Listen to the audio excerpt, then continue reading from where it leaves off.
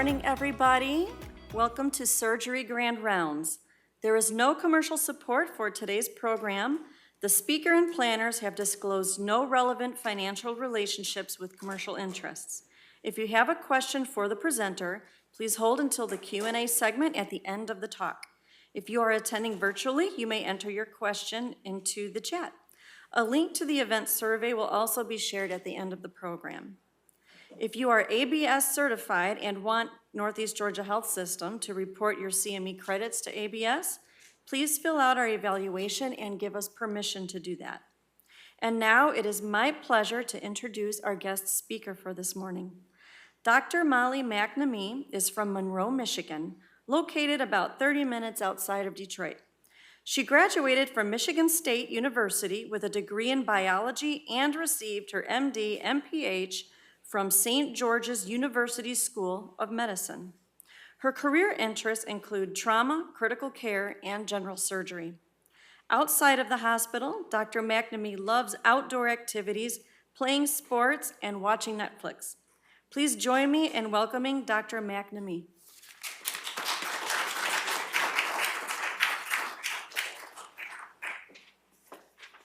Hi, everyone. Good morning. Today, I'll be talking about public health and trauma surgery, and specifically traumatic brain injury and helmet laws. I have no conflicts of interest to disclose. For today, our objectives are to examine the role of public health in the fields of medicine and surgery, analyze the personal and economic impact of traumatic brain injury. We're going to evaluate data on the implementation of brain injury guidelines and examine its use here at Northeast Georgia Medical Center. We're going to explore the history of automobile safety laws in the United States and discuss the impact of recent changes to motorcycle helmet laws, and then evaluate the role of public health in the management of TBIs and in the future of helmet compliance. So first, examining the role of public health in the fields of medicine and surgery. My interest in this started back in college. This was 2013, 2014. I worked for the House of Representatives, Dale Zorn in Michigan. And then following that, I was a Constituent Relations Division intern for Governor Snyder and Lieutenant Governor Brian Calley. That was the summer that the Medicaid expansion plan was passing in Michigan, as well as the Flint water crisis, which started in 2014. And so in addition to my passions for medicine, I cared about public health in general. I cared about policy development and just overall public health in general. So that was a great summer. As public health in the field of medicine, these are numerous examples of how they apply.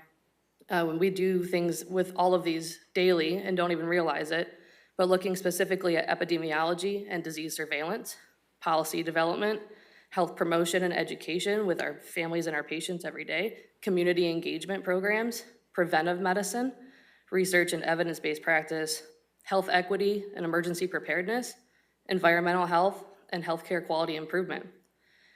To look at these more closely, I picked out some of them where our efforts daily align with, especially with disease injury and prevention. There's smoking cessation campaigns, which have eliminated smoking in a lot of public spaces, seatbelt laws and helmet laws, looking at vaccines and health screenings like colonoscopies and mammographies. In terms of health promotion and education, the ongoing obesity epidemic in the United States is significant. Same with the opioid epidemic. That's why when we prescribe opioids post-operatively, we review their PDMPs and just making sure that we're best taking care of people. There's health marketing, health literacy, and patient education and involvement. For environmental sciences, with the disaster preparedness and mass casualty events, like we've seen in Florida, and even here with the hurricane that has recently hit, having emergency disaster preparedness in place is something that's really important. Even a broad air quality, vector-borne diseases.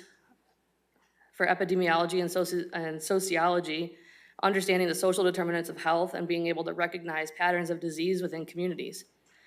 And then specifically with health policy, helping to create and implement policies that support health initiatives, promote well-being, and regulate health practices. The Joint Commission Universal Protocol in 2003 is where the timeout before surgery as we know it started. Main aim to reduce wrong site surgeries. And so health policy is important, especially in the field of medicine and surgery, and it's something that I'm passionate about. So today we're going to focus on helmet laws. First, we'll analyze the personal and economic impact of traumatic brain injury. In general, a traumatic brain injury refers to a brain injury that is caused by an outside force. This can be blunt or penetrating. There's really no standard classification of TBIs, which makes it difficult when comparing data from different sources. Most commonly, what they use is mild, moderate, or severe traumatic brain injury, meaning a GCS score of 13 to 15 is mild, moderate is 9 to 12, and severe is 8 or below. According to the CDC, there's 5 main causes of traumatic brain injuries and where they come from. The number 1 cause is falls. This is in a bimodal age distribution with the youngest and the oldest age groups being affected the most. The second is vehicle-related injuries. So pedestrian-involved accidents, accidents involving motor vehicles and bicycles. Again, the second most common cause of TBIs, but it's the leading cause of TBI-related deaths. In addition, there's blunt trauma accidents, assaults and violence, and explosion and blasts, which greatly affect our service members and military. And so today we're going to focus again on these vehicle-related injuries, which is the leading cause of TBI-related deaths. In order to do this, I wanted to go back to a study that was published in 1999, and it aimed to evaluate the economic impact of traumatic brain injury in the United States and compare it to where we are today. At that time, TBI was the leading cause of death and disability among trauma patients in the United States. Yearly, there's about 50,000 people that died, 230,000 people that were hospitalized and survived, and an estimated 80 to 90,000 people experienced long-term disabilities. The annual economic burden of TBIs in the United States was approximately $37 billion in 1985. This estimate includes about $4.5 billion of healthcare expenditures, $20.6 billion in injury-related work loss and disability, and $12.7 billion lost in income from premature death. What they quote is TBIs have a deep impact on the population and require a response from the public health community to prevent these injuries and reduce consequent disabilities. In order to do this, the CDC has a National Center for Injury Prevention, which has been working to create a national TBI surveillance system. The goal of this is to gather more data on certain incidences, risk factors, and causes of TBIs in the United States, and allows comparison among jurisdictions. The system supports the development and implementation and evaluation of programs for preventing TBIs. This is one of their most well-known campaigns. It's called the Heads Up campaign. This is aimed at youth, adolescents, coaches, teachers, parents, physical trainers, to help reduce the amount of TBIs while playing sports. Most significantly in soccer and football and even cheerleading, TBIs are common in youth and can have lifelong altering events. In terms of the economic impact of traumatic brain injury today, TBIs remain a global public health issue, and it's one of the leading causes of death and disability in the United States. In 2014, there were 2.5 million ER visits and 288,000 hospitalizations related to TBIs. In 2016, they estimated that the total annual healthcare spending for non-fatal TBIs approximated $40 billion, comparison to about $4 billion in 1999. For comparison, things like dementia, diabetes, cancer, and obesity are in the $200 and $300 billion range. So it doesn't quite approximate that, but it is a significant problem. Globally, the cost of TBIs approaches $400 billion in healthcare expenditure. In the United States, 53,000 people die annually from TBIs, and at least 5.3 million Americans are currently living with long-term disabilities directly attributable to TBIs. So they pose a large burden, especially to the United States. They're highly prevalent. There's a big risk for long-term effects from the injury. There's loss to the workforce and an increased burden to the healthcare system. And at a personal level, there's decreased social participation and increased family burden depending on the severity of the injury. This was a study that was published that looked at mild TBIs and their healthcare utilization and cost analysis after injury. They looked at mild TBIs, which account for 75% of TBIs in the United States. They looked between January 2006 and March of 2016, which included about 167,000 patients which were diagnosed with mild TBIs via a retrospective database review. In the 12 months after their injury and their follow-up period, 74% had an additional ER visit related to their brain injury problems. 17% had an inpatient visit, and 57% had an additional brain imaging procedure, whether that be a CT, MRI, perfusion scan. On average, patients with mild TBIs incurred about $13,000 in healthcare costs during that 12-month follow-up. These were primarily due to two categories, either inpatient services or non-ED outpatient physician office visits. Approximately half of the healthcare costs occurred in the first 3 months of follow-up, while the other half occurred over the following 9 months. And the mean healthcare costs were more than twice as high among those with additional injuries, which is very common. In regards to the personal impacts of traumatic brain injury, they have in adults been identified as early risk factors for Alzheimer's disease and dementia, and remembering how large of a burden dementia is in the United States, about $360 billion. TBI increased the risk of mood and anxiety disorders, substance use disorders, and psychosis. In children, TBIs have been linked to increased risks for ADHD, speech and language problems, social behavioral disorders, possible interference with academic achievement and psychosocial functioning, PTSD, and other anxiety-related disorders. In adults that sustained a TBI, when they looked 4 years post-injury, they were much more likely to experience issues with social inference, so interpreting things that aren't necessarily spoken, but body language, higher levels of anxiety in those that are younger, and in those that are older, they were more likely to experience the physical symptoms such as fatigue, balance, coordination problems. And then having things like persistent headaches, cognitive deficits in verbal memory, recall, and attention were still prevalent 10 years after injury. In exploring further the personal impacts of TBIs, a cohort study of patients with mild TBIs that presented to about 11 level 1 U.S. trauma centers was performed. This was in 2014 to 2016. They identified 435 patients with mild traumatic brain injuries that were evaluated 1 year after their injury. 59% were not working at 2 weeks, 83% were placed on temporary leave, and 7% were labeled as disabled. 17% did not return to work at 12 months. Of those who returned to work, they quote that 95% returned to a modified schedule or modified duties, meaning that they were not working as many hours as they were previously, or they had to alter their job to account for their deficits. 21% reported income decline in the year following their mild TBI. And the biggest predictor of whether they returned to work was the presence of concussion symptoms at 3 months. So in conclusion, they said that mild TBI is associated with a substantial employment and economic consequences for some patients. So moving on, we're going to evaluate the data of the brain injury guidelines and then examine its use at Northeast Georgia Medical Center. This was the pilot study that really set this off, but this is the Brain Injury Guidelines Project, defining management and traumatic brain injury by acute care surgeons. So understanding that traumatic brain injuries are a large economic and personal burden, and being able to find guidelines that allow us to best care for patients while best utilizing hospital resources is important. So this was published in 2014. They aimed to develop a set of guidelines on how to best manage TBIs and utilize resources. This was a 3-year retrospective cohort analysis of about 3,800 blunt TBI patients. They retrospectively categorized patients into big 1, 2, or 3 and evaluated deviation from the management plan. The table to the right shows you what those brain injury guidelines are and how you classify them into 1, 2, or 3. And this is what we use here.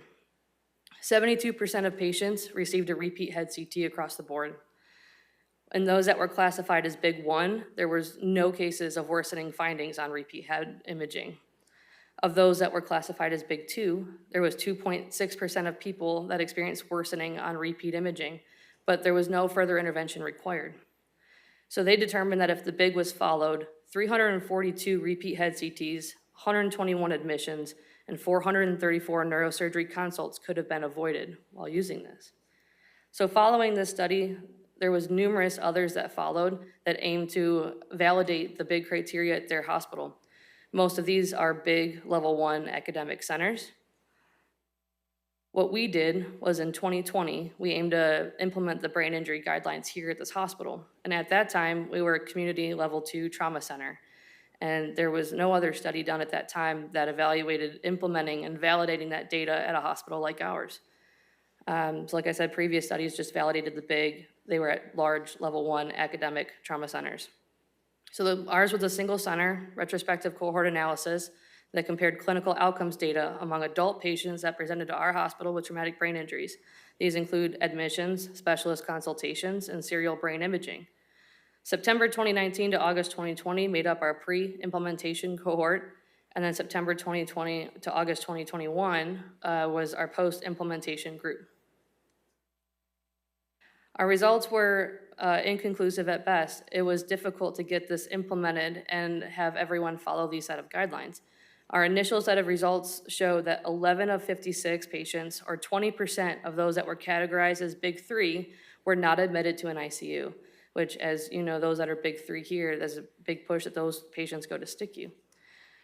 10 of 46 patients, or 22% of those that were classified as Big 2, were admitted to the ICU, and 27 of 46, or 59% of those Big 2 patients were evaluated by neurosurgery providers, which also is not in concordance with our guidelines. Those who were accurately classified as Big 1 and 2 and received their corresponding plan according to Big were comparable to those that received a more traditional workup. And none of the patients in the Big 1 category escalated to operative intervention, and only one patient that was discharged with a Big 1 was readmitted for the reason that they had a repeat fall that needed hospitalization. And so what we decided was implementing the Big criteria required significant support from numerous departments, and this required a lot of effort from all departments and all practitioners. It was multidisciplinary, including the emergency department, radiology, our trauma and acute care surgery service. For the ER, we had to change their practice so that they did not call neurosurgery reflexively for every head bleed that came into the hospital. We had them call us first, and then we decided based on the brain injury guidelines if neurosurgery consult was indicated, and this was a change from previous practice. For radiology, it required working with them for them to use the language that was needed to best compare what the head CT was showing to those guidelines and use similar language that was outlined in those guidelines. And then we had to modify policies, including the policy in the EOU, in order to accept these patients for Big 1 categories that required more frequent monitoring for neurologic status changes. And so all that had to be done for this to be successful. And so there's a lot of room for follow-up studies here. This was just our initial one in looking at our data and making sure that we could validate it and that we weren't hurting people. And it didn't show that, but it did reveal a lot of issues with compliance, and those have been addressed. Next, we're going to explore the history of automobile safety laws in the United States and discuss the impact of recent changes to motorcycle helmet laws. And so where did helmet laws start? Really in World War II, the British Medical Journal published a paper about head injuries and motorcyclists and the importance of crash helmets. When they looked into their military and civilians, what they found during wartime was a significant increase in those that were sustaining fatal crashes on their motorcycles, and 90% of their death certificates listed head injuries as the primary reason for death. And that could be skewed, there may have been a lot of other injuries, but as the primary reason of death, head injury was in 90% of them. And so what they did was in the British military, they mandated the use of helmets while riding motorcycles. The US Army followed suit with a similar mandate that year.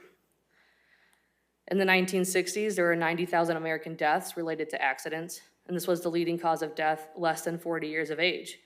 This led to a lot of policies and legislation that was passed in 1966, including the National Traffic and Motor Vehicle Safety Act and the Highway Safety Act. Over the next decade, all of the following became standard in the United States, including seat belts, collapsible steering columns, strengthening door latches, shatterproof windshields, airbags, and all of these new things led to a record number of product safety lawsuits, recalls, and significantly lowered traffic death rates. Prior to this 1966 legislation, no state had enacted a motorcycle helmet law in the past, but the Highway Safety Act of 1966 included a requirement that states adopt a universal helmet law. States that failed to comply with this would lose their federal aid for highway construction funding. So by 1967, there were 22 states that adopted this. By 1968, an additional 14 states complied. And by 1975, there were 47 states that adopted a universal helmet law, with the exceptions of California, Utah, and Illinois. The governments of these 3 states pushed through amendments to help comply. These are mainly partial laws. So they required motorcyclists of certain ages to wear helmets or have insurance coverage. This is a map of the United States through the decades, and you can see how much things have changed in the last 40 years. So in the 1980s, the red represents no helmet laws, the yellow represents a partial law, and green is full law. Fast forwarding to 2010, you can see how much this has changed, where a majority do have some form of helmet law, but they're partial laws. The West and the South are the ones that are consistent with having full laws for helmets. This is a map of today. This was published in January of 2024. And so general motorcycle statistics, approximately 800,000 motorcyclists, there's approximately 800,000 motorcyclists in the United States. In 2022, 6,200 motorcyclists died in crashes, which was a 23% increase from 2019. It accounts for about 15% of all traffic-related deaths. Per mile traveled, motorcyclists are approximately 37% more likely to die in a crash than someone riding in a car.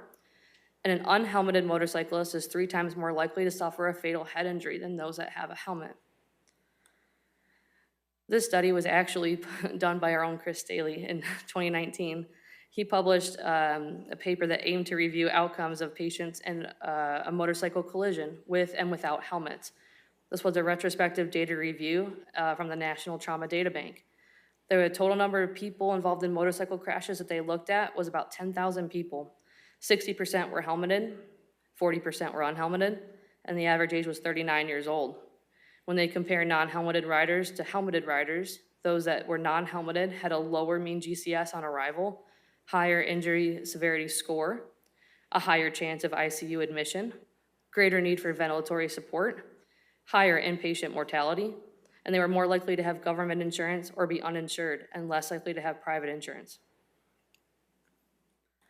And so next we're going to evaluate the role of public health in the management of TBIs and in the future of helmet compliance. In general, how do we reduce the burden of TBIs?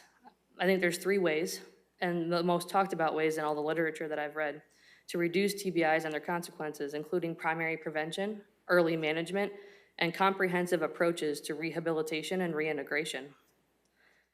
In regards to primary prevention, this is the best strategy in order to reduce TBIs and also in improving identification and management of TBIs when they occur.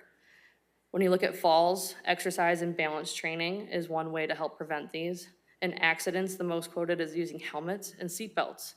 We can increase surveillance to know better where, when, and how these things are happening and how to best direct and implement our preventive strategies. Low helmet use, the reasons for this that are most cited include a lack of public awareness of the benefits of helmets, lack of access to helmets, low socioeconomic status, low perceived susceptibility, thinking that this won't happen to me, and lack of cultural subjective norm.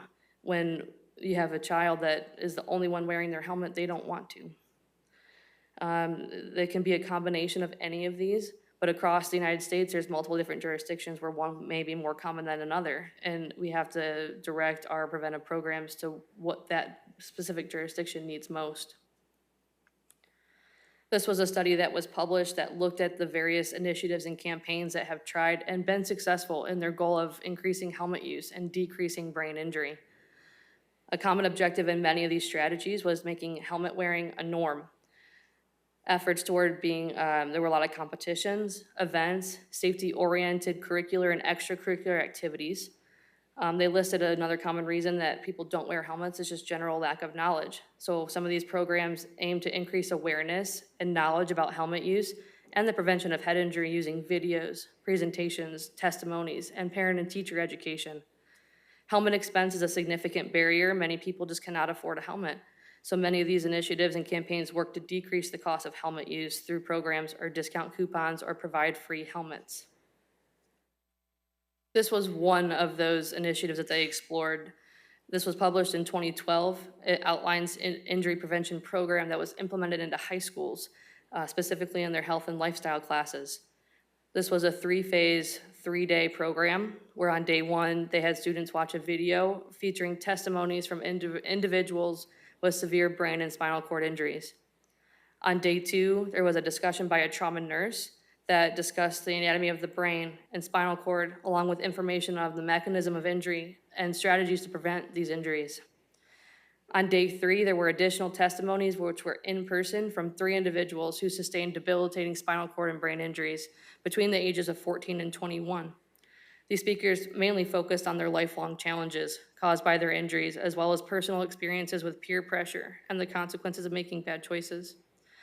The students were asked to complete a pre and post survey before and after the program, and they did find that there was an increase in compliance in the post-program evaluation.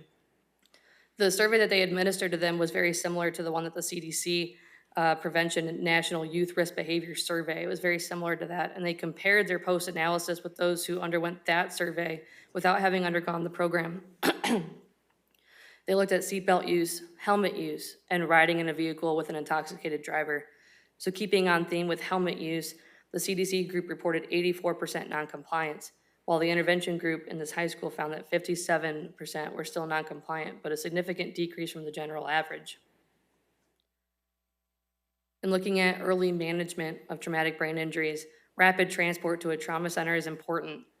They quote the risk of death for severely injured patients with TBIs was 25% lower when cared for at a level 1 high-volume center as compared to anywhere else. They published guidelines into the field of triage for the injured patient, which was developed by the CDC. Their goal was to help EMS providers decide when to transport patients to a higher level of care within their trauma system, meaning recognizing traumatic brain injuries as they occur in the field and recognizing that they need to go to a higher level of care. There's challenges with this, including 45 million Americans don't live within 1 hour of a level 1 trauma center. Widespread adoption of these guidelines is tough, meaning that the training for EMS is not standard across the country, and implementing these guidelines is difficult. There's no really standard state-to-state training for these. I think the future lies with the further development of strong trauma systems and transport. And looking at comprehensive approaches to rehabilitation and reintegration, it's important to help these patients who do sustain a traumatic brain injury regain function, adapt to their disabilities, and this requires a multidisciplinary approach that is individualized to every patient. Of course, there's challenges with this, including availability of these resources and insurance reimbursement limitations. This was a study done in 2021 called The Efficacy of Interdisciplinary Intensive Outpatient Program in Treating Combat-Related Traumatic Brain Injuries and Psychological Health Conditions. This was published in the Journal of Neurotrauma, which presented the methods and outcomes of an interdisciplinary intensive outpatient program for the treatment of service members in combat-related mild traumatic brain injuries and their psychological comorbidities. They looked at about 1,400 servicemen over the course of 7 years that underwent treatment in a 4-week intensive outpatient program at the National Intrepid Center of Excellence. Again, this was an interdisciplinary, holistic, patient-centered rehabilitation center model. Their primary outcomes were PTSD checklists, life satisfaction, patient health, general health questionnaires, a questionnaire in general anxiety disorder, the Epworth Sleepiness Scale, and the headache impact test. These tests were administered at admission, discharge, and at 1, 3, and 6 months post-discharge from this program. I put this up here to highlight, it might be too small for you and I'm sorry, but all the things that these patients had access to. In week 1, they meet with a neurologist, a neuropsychologist, a psychiatrist, speech and language pathology. They get a wellness evaluation. There's both individual and group projects. And I just found the amount of resources that they had access to incredible. The results of this were staggering. The symptomatic patients that had, those that were symptomatic had a statistically significant and clinically meaningful improvement across all of these outcomes. And these were sustained at 1, 3, and 6 months post-follow-up and when they returned to their duties. They say that clinical practice guidelines have provided limited guidance in general for how to address these complex patients with complex head injuries. This study demonstrated that an interdisciplinary intensive outpatient care model that combines that with conventional rehabilitation strategies can help improve these symptoms in these patients. Findings show the value of a coordinated care effort in the delivery of care for complex brain injuries. There are limitations to the study, mainly that they did not have a control group, and knowledge on how this can apply to civilian life is lacking. This was a military performed study, And I think it would be difficult to get this level of resources to every civilian. So I care about these things. I ride motorcycles. This is me and my family. It's something I've done all my life. But I think knowing how to best protect yourself is important. We all wear helmets. We all wear protective gear, except for the one time that I didn't. And this was my cousin who took my bike out and crashed my bike in a pond, basically. And my dad and I spent the whole summer changing the oil, changing the engine, trying to fix it. And just once he put me on the bike and said, just go down the road and back and see how it runs. Got on the bike in flip-flops and shorts, and that's what happened to me. And nowadays would probably end up on the debridement myriad skin graft pathway. But back then, this was a month after it happened, and it was not better. So then I got a new bike, and I love her. And this was me and my dad last summer. This was one of our favorite drives to go over the Mackinac Bridge. My grandparents are from St. Ignace, and so if you know anything about Michigan, that's the first city you come to when you cross the Mackinac Bridge in the Upper Peninsula. And so right now we're in St. Ignace crossing back over, but both wearing helmets. We have our protective gear on. I think anything you do comes with risks. Motorcycle riding is not safe, but it's something that is sentimental to me, and my goal is to help protect people that are like me that enjoy doing these activities. And so, in summary, traumatic brain injury remains a large public health issue in the United States with substantial economic and personal impacts. There is great variability in helmet laws across the United States, but data strongly suggests wearing one can decrease the incidence of traumatic brain injuries. There are many ongoing campaigns and incentive programs to increase helmet wearing compliance, but we need more. And the future lies in primary prevention, early recognition and appropriate management, and the development of strong trauma systems, and in providing adequate resources for rehabilitation. And so thank you, everyone. Thank you, Dr. Strom. Thank you, Dr. Cormican. And if you have any questions? So that study that you did was a couple years ago now. Right. Have we looked at it again? I to? have not gone back and looked at Terms. it again, but it needs to, because my suspicion is that our compliance has greatly increased and we can show a cost-effective analysis. But I think that initial study was very important because although we didn't have positive data to report, it showed us where we needed to improve. And a lot of that lied with compliance because we couldn't do a cost analysis when our compliance was so low and there was so many patients that were admitted where they weren't supposed to, or they got consults and they weren't supposed to. But I think the brain injury guidelines is something that we all know of now and use daily when we admit these patients, and they're followed, whereas then they weren't. It was new. My other question for a person who's a non-trauma person, what do we do with people who have concussions nowadays in terms of their rehab? I think it varies greatly depending on where you are. The one study that was about combat and military, their resources were incredible. They had built a whole new center that had like neutral lighting, warm tones to walls. But really, what you hear people tell anyone who has a concussion is stay off your phone, like minimize electronics. If you need to have dimmer lighting, do that. But when people have chronic headaches from these things, it's a hard thing to manage. And so I don't know the specifics that would go into a rehabilitation for that, but I think it would be important to look into. Molly, great presentation. I had the pleasure of living in Florida and taking care of trauma patients when we went from a full helmet law to a partial, which basically was just elective. And the data that we saw presented at the state level was that we saw fewer motorcycle injury patients because they were dead, right? So we probably decreased the number of TBIs that we were dealing with, although the ones that we had were more severe. Right. Because most of these patients are traveling at such a high impact.